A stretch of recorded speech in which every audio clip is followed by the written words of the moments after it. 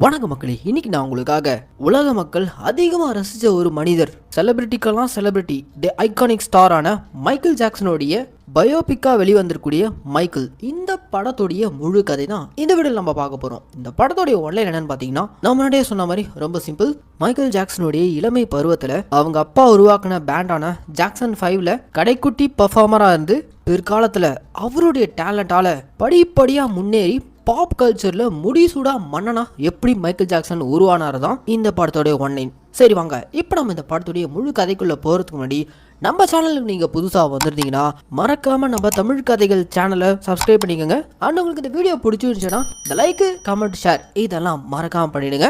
சரி வாங்க, இப்போ நம்ம இந்த படத்துடைய முழு கதைக்குள்ள போவோம். படத்தோட ஓப்பனிங் சீன்லே 1966 ஒரு சாதாரண நடுத்தர குடும்பத்தை சேர்ந்த ஜோசப்ன்ற ஒரு நபருடைய ஃபேமிலியை காட்டுறாங்க. அந்த ஃபேமிலியில மொத்தம் 5 பசங்க. அதுல லாஸ்ட் பையன் தான் நம்ம மைக்கேல் ஜாக்சன். மைக்கேல் ஜாக்சனுடைய அப்பா ஜோசப் இருக்கார்ல, ரொம்ப ஸ்ட்ரிக்டான அப்பா. எதுக்கு எடுத்தாலும் பெல்ட் எடுத்து அடி உரிச்சிடுவாரு. குறிப்பா நம்ம எம்ஜேவோடைய குழந்தை பருவத்துல அவங்க அப்பா சரியான அப்பாவா இல்லாம கிட்டத்தட்ட ஒரு வில்ல மாதிரி இருந்துதான் எம்ஜேவை கொஞ்சமா செதுக்கி இருக்காரு. ஆரம்பத்திலே இவங்களோட குடும்பம் ஒரு சாதாரண மிடில் கிளாஸ் ஃபேமிலி தான் இருந்திருக்கு. குடும்பத்தோடைய வறுமை அதுல இருந்து வெளில வரணுன்றதுக்காக ஜோசப் அவங்க பசங்களை வச்சு ஜாக்சன் 5ன்ற ஒரு பேண்டை உருவாக்குறாரு. அந்த மியூசிக் பேண்டை வச்சு பல இடங்கள்ல தான் பசங்களை கூட்டு போயிட்டு பெர்ஃபார்ம் பண்ண வைக்கிறாரு. அதுலயும் குறிப்பா இவருடைய கடைக்குட்டி சிங்கமான நம்ம எம்ஜேவை ஒரு லீடா பாட வைக்கிறாரு. ஏன்னா அந்த சின்ன பையனுக்குள்ள அப்பவே அவ்வளவு ஒரு திறமை. அவன் பாட ஆரம்பிச்சாலே எல்லாருடைய பார்வையும் அவன் மேல விழ ஆரம்பிக்குது. இத ஜோசப் பாக்குறாரு. இவனுக்குள்ள அசாதாரணமான திறமை இருக்கிறத பார்த்துட்டு பல இடங்களுக்கு கூட்டு போய் பாட வைக்கிறாங்க. இதனாலே நம்ம மைக்கேல் ஜாக்சன் அவருடைய குழந்தை பருவத்தை கொஞ்சமா இழக்க ஆரம்பிக்கிறாரு. மற்ற குழந்தைங்களோட சாதாரணமா போய் விளையாட முடியாம எப்போ பார்த்தாலும் அவங்க அப்பா நடத்தக்கூடிய அந்த ஜாக்சன் 5ன்ற பேண்ட்ல போயிட்டு பாட்டு பாடுறது, டான்ஸ் ஆடுறது, இப்படியேதான் அவருடைய குழந்தை பருவம் போயிட்டு இருக்கே தவிர மற்ற குழந்தைங்க மாதிரி அவரால் சகஜமா குழந்தைங்க உலகத்துக்குள்ளே போக முடியாம அவருடைய வீட்டுக்குள்ள ரூம்குள்ளே அடைஞ்சு கிடக்குறாரு. அந்த மாதிரி சமயங்கள்ல காமிக் புத்தகங்களை படிக்க ஆரம்பிக்கிறாரு. அதுல அவருக்கு நெவர்லேண்ட்ன்ற ஒரு காமிக் கதை ரொம்பவே பிடிச்சு போன கதையா மாறுது. அததான் பிற்காலத்துல நெவர்லேண்ட்ன்ற ஒரு மிகப்பெரிய அம்யூஸ்மெண்ட் பார்க்கே சொந்தமா எம்ஜே உருவாக்கி அதுல கொஞ்ச நாள் வாழ்ந்துட்டு இருந்தாரு. இப்படி சின்ன வயசுல தன்னால மற்ற குழந்தைங்க மாதிரி இயல்பா இருக்க முடியாதது மைக்கேல் ஜாக்சனை ரொம்பவே பாதிச்சிருக்கு. இந்த சூழல்ல இருந்து அப்பப்போ அவனை வெளியே கொண்டு வரதே அவனுடைய அம்மா மட்டும்தான். பேண்ட்ல பாட்டுலாம் பாடி முடிச்சுட்டு வந்ததுக்கு அப்புறம் அந்த இரவு அவங்க அம்மா கூட உட்காந்து டிவி பாக்குறது, அதுதான் மைக்கேலோடைய பொழுதுபோக்காவே போயிருந்திருக்கு. மைக்கேல் ஏதாவது சின்ன தப்பு பண்ணாலே அவங்க அப்பா சும்மா விட மாட்டாரு. அவனை கூப்பிட்டு வச்சு பெல்ட்டால தோலை உரிச்சிருவாரு. இந்த அளவுக்கு மைக்கேல அவங்க அப்பா பயத்தோட தான் அவனை வளர்த்துட்டு இருக்காரு. ஒரு நாள் மைக்கேல் அவன் பிரதரோட ஸ்டேஜ் பெர்ஃபார்ம் பண்ணிட்டு இருக்கும்போது அவனுடைய பெர்ஃபார்மன்ஸை ஒரு லேடி பாக்குறாங்க. அவனுக்குள்ள இருக்கக்கூடிய அந்த அசாதாரணமான திறமையை பார்த்துட்டு மோட்டவுனுன்ற ஒரு பெரிய ஆல்பம் லேபிள் கம்பெனிக்கு மைக்கேல சோலோவா பாட வைக்கணும்னு முடிவு பண்றாங்க. ஸோ அதனால மைக்கேலுடைய 8 வயசுலேயே மோட்டோனுன்ற அந்த மிகப்பெரிய ஆல்பம் கம்பெனிக்கு பாட்டு பாட கூட்டு போயிருக்காங்க. அந்த மோட்டோனுடைய ஃபவுண்டரான பெர்ரி கார்டின்றவர் மைக்கேல முதல் முறையா சோலோவா பாட்டு பாட சொல்றாரு. அப்படி பாட்டு பாடும் போது மைக்கேலுக்குள்ள இருக்கக்கூடிய அந்த இயல்பான டேலண்ட் இந்த சின்ன வயசுல இப்படி ஒரு பிட்ச்ல இவ்வளோ பர்ஃபெக்டா பாடுறானேன்னு சொல்லிட்டு அவரே மிரண்டு போயிறாரு. பிற்காலத்துல இவன் ஒரு மிகப்பெரிய ஐகானிக் ஸ்டாரா மாற போறான்றத அன்னைக்கே அவர் கணிச்சிருக்காரு.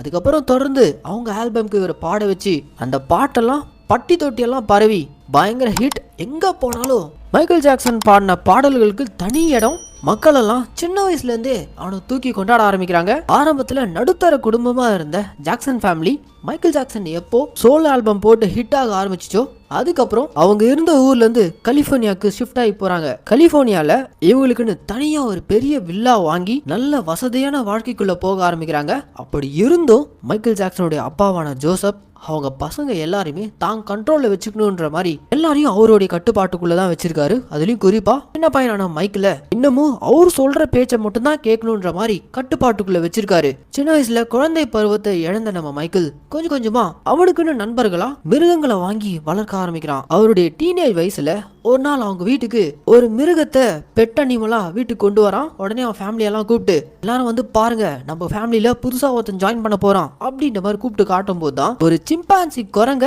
தன்னுடைய பெட் அனிமலா மைக்கேல் ஜாக்சன் தத்தெடுத்து வளர்க்க ஆரம்பிச்சிருக்காரு. அதைத்தான் தன்னுடைய ஃபேமிலி கூப்பிட்டு காட்டுறாரு.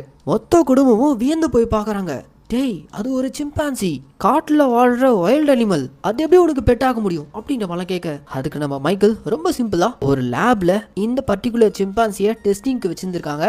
அதை நம்ம மைக்கேல் தத்தெடுத்து பபிள்ஸ்ன்ற பேர்ல தன்னுடைய ஃப்ரெண்டா வளர்க்கணும்னு சொல்லிட்டு முடிவு பண்ணியிருக்காரு. பபுள்ஸும் மைக்கேல் ஜாக்சன் கூட வந்த நாள்லே பயங்கர க்ளோஸ் ஆயிடுது. இப்படி மிருகங்கள் தான் மைக்கேல் ஜாக்சனை சுத்தி அவனுக்கான ஃப்ரெண்ட்ஸா இருக்கு.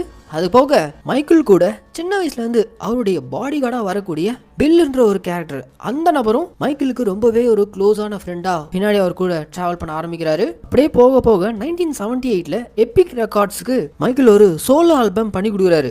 அது பயங்கர ஹிட். இதை நோட்டீஸ் பண்ற ஜோசப் இப்படியே மைக்கேல் தனியா சோலோவா பெர்ஃபார்ம் பண்ண ஆரம்பிச்சிட்டா ஜாக்சன் பேண்டுக்கு நல்லது இல்லைன்னு சொல்லிட்டு மைக்கேல கொஞ்சம் கொஞ்சமா இவரு ரெஸ்ட்ரிக்ட் பண்ண ஆரம்பிக்கிறாரு. இதனால இவங்க ரெண்டு பேருக்குள்ளயும் வாக்குவாதங்கள் ஏற்பட ஆரம்பிக்குது. அப்பதான் ஒரு நாள் நம்ம மைக்கேல் கூட சின்ன வயசுல இருந்தே பாடி கார்டு மாதிரி இருக்கக்கூடிய பில் வந்து தனியா கூப்பிட்டு, மைக்கேல் உன் லைஃப்ல நீ நினைச்சதை பண்ணணும்னா நீ முதல்ல உன் வீட்டுல இருந்து வெளியே வரணும். இந்த அட்வைஸை கேட்ட நம்ம மைக்கேல் 1981ல தனக்குன்னு ஒரு அட்டார்னிய நம்ம மைக்கேல் செலக்ட் பண்றாரு. அப்படி அட்டார்னியா வரக்கூடியவர் தான் ஜான் பிரான்கா. அவர் வந்த உடனே முதல் வேலையா மைக்கேலோடைய அப்பாவான ஜோசப்ப முதல்ல வேலையை விட்டு தூக்குறாரு.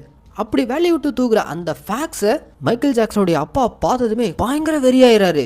இப்படி இதெல்லாம் ஒரு பக்கம் போயிட்டு இருக்கும் போதே மைக்கேலுக்கு அவருடைய மூக்கு பெருசா இருக்குன்னு சொல்லிட்டு அவருடைய ஃபேஸ் சிமெட்ரிக்கலா பிக்சர்லாம் இருக்கும்போது பெர்ஃபெக்டா இருக்கணுன்றதுக்காக மூக்குக்கான முதல் சர்ஜரியை பண்றாரு. அப்படி சர்ஜரி பண்ணிட்டு வீட்டுக்கு வரும்போது அதை இவங்க அப்பா பாத்துறாரு. ஏன்னா மைக்கேல் என்னது இது அப்படின்ற மாதிரி அவங்க அப்பா கேட்க, அப்பா எனக்கு சைனஸ் இருக்கு, ஸோ அதுக்காக தான் இந்த ஒரு ஆப்ரேஷன் பண்ணியிருக்கேன் அப்படின்ற மாதிரி சொல்லி சமாளிச்சிடறாரு. இப்படி ஒவ்வொன்றுத்துக்குமே மைக்கேலுடைய அப்பா மைக்கேலுக்கு ஒரு தடையா தான் இருக்காரு. ஆனா அதெல்லாம் தாண்டி தான் மைக்கேல் அவருடைய கரியர்ல கொஞ்சம் கொஞ்சமா ஜெயிச்சுட்டே வராரு. அதுக்கப்புறம் 1982ல ஒரு பெரிய அளவுல ஒரு சோலோ ஆல்பம் பண்ணணும். அதுக்கான வேலையில் இருக்கும்போது தான் அவங்க ஊர்ல ஒரு பயங்கரமான கேங் வார மைக்கேல் பாக்குறாரு.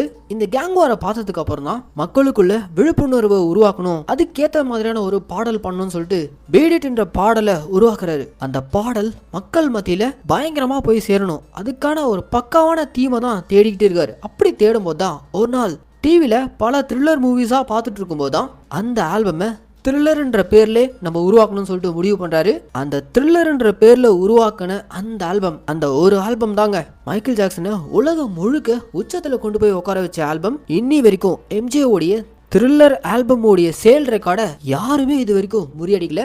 அந்த அளவுக்கு அந்த ஆல்பம் வித்து தீத்துடுச்சு. அந்த ஒரு ஆல்பம் நம்ம மைக்கேல் ஜாக்சனை பாப் கல்ச்சர் உலகத்தோடைய முடிசூடா மன்னனாவே மாத்திடுச்சு. இப்படி அந்த ஆல்பம் வரலாறு காணாத மாபெரும் ஹிட்டா பார்த்து நியூயார்க்ல இருக்க சிபிஎஸ் ரெக்கார்ட்ஸோடைய பிரசிடென்டான வால்டர்ன்றவர் கூப்பிட்டு பேசுறாரு, எங்களுக்காகவும் எம்ஜே ஒரு ஆல்பம் பண்ணணும்னு சொல்லிட்டு. அதுக்கு எம்ஜே தரப்புல இருந்து எம்டிவில இவருடைய பாட்டை டெலிகாஸ்ட் பண்ணுன்ற மாதிரி கேட்டிருக்காங்க. 1980s வரைக்குமே எம்டிவில பிளாக் அமெரிக்கன்ஸோடைய பாடலை ஒன்று கூட டெலிகாஸ்ட் பண்ணதே கிடையாது. முறையா மைக்கேல் ஜாக்சன் தன்னுடைய பாடலை எம்டிவில வரணுன்ற மாதிரி கேட்க, அது ஒன்றும் அவ்வளோ ஈஸி இல்லை. ஏன்னா காலங்காலமா எம்டிவில வெறும் வெள்ளையர்கள் தான் ஆட்சி பண்ணிட்டு இருக்காங்க. கருப்பினத்தை சேர்ந்த மைக்கேல் ஜாக்சனுடைய பாடலாம் அதுல போட முடியாது அப்படின்ற மாதிரி நிராகரிச்சிருவாங்க சொல்ல, அதுக்கு மைக்கேல் ஜாக்சன் கொடுக்கக்கூடிய கமெண்ட், என்னுடைய பாடல்கள் பிளாக்குக்கு ஒயிட்டுக்குன்னு தனித்தனியா பிரிச்செல்லாம் நான் எதுவும் பண்ணல, உலகத்துல இருக்க எல்லா மக்களுக்குமான பாடல் இது எல்லாருக்கும் போய் சேரணும் அப்படின்ற மாதிரி கேட்க, அந்த சிபிஎஸ் ரெக்கார்ட்ஸோடைய பிரசிடென்டான வால்டர் எம்டிவி கால் பண்ணி மைக்கேலுடைய ஆல்பம்ஸை எம்டிவிலையும் ஒளிபரப்பாகணும் அப்படின்ற மாதிரி கேட்க, மைக்கேல் இருக்கக்கூடிய அந்த ஃபேன் பேஸ் அதெல்லாம் பார்த்து மிரண்டு போய் அவனுங்களே அவருடைய பாடல்கள்ல எம்டிவில போட ஆரம்பிச்சிட்டாங்க. நியூயார்க் நகரத்துல மைக்கேல் ஜாக்சன் நிற்கும் போது அவரை பாக்குறதுக்காக வந்திருக்கக்கூடிய கோடிக்கணக்கான மக்கள் அந்த நகரமே ஸ்தம்பிச்சு போற அளவுக்கு ஒரு மிகப்பெரிய ஐக்கானா மைக்கேல் ஜாக்சன் உருமாற ஆரம்பிச்சிருக்காரு. இப்படி என்னதான் மைக்கேலுடைய லைஃப்ல ஒரு பக்கம் அவருடைய கரியர்ல சக்சஸா பார்த்துட்டு இருந்தாலும் இன்னொரு பக்கம் மைக்கேலுடைய அப்பா ஜோசப் இருக்கார்ல, அவரை டான் கிங்ன்ற ஒரு பெரிய பாக்ஸிங் ப்ரொமோட்டர் மீட் பண்ணி திரும்பவும் ஜாக்சன்ஸ் ரீயூனியன் பண்ணணும்னு சொல்லிட்டு 1984ல ஒரு அக்ரிமெண்ட்டை போடுறாங்க. அதுல குறிப்பா பெப்சி கம்பெனிக்கு ஸ்பான்சர்ஷிப்பா இந்த ஜாக்சன்ஸ் 5 பாடல்களை உருவாக்கணும்ன்ற மாதிரி டீல் பேசுறாங்க. இந்த டீலை பத்தி ஜோசப் மைக்கேல் கிட்ட சொல்லும் போது மைக்கேலுக்கு ஆரம்பத்துல இது பிடிக்காம தான் இருந்திருக்கு. ஆனா அவருடைய ஃபேமிலிக்காக அந்த விக்டரி டூருக்கு ஒத்துக்கிறாரு. அதுக்கப்புறம் அந்த பெப்சி கம்பெனிக்காக உருவாகிட்டு இருந்த ஒரு பெரிய கமர்ஷியல் ஆல்பம்ல மைக்கேல் பெர்ஃபார்ம் பண்ணிட்டு இருக்கும்போது திடீர்னு ஒரு ஃபயர் ஆக்சிடென்ட்.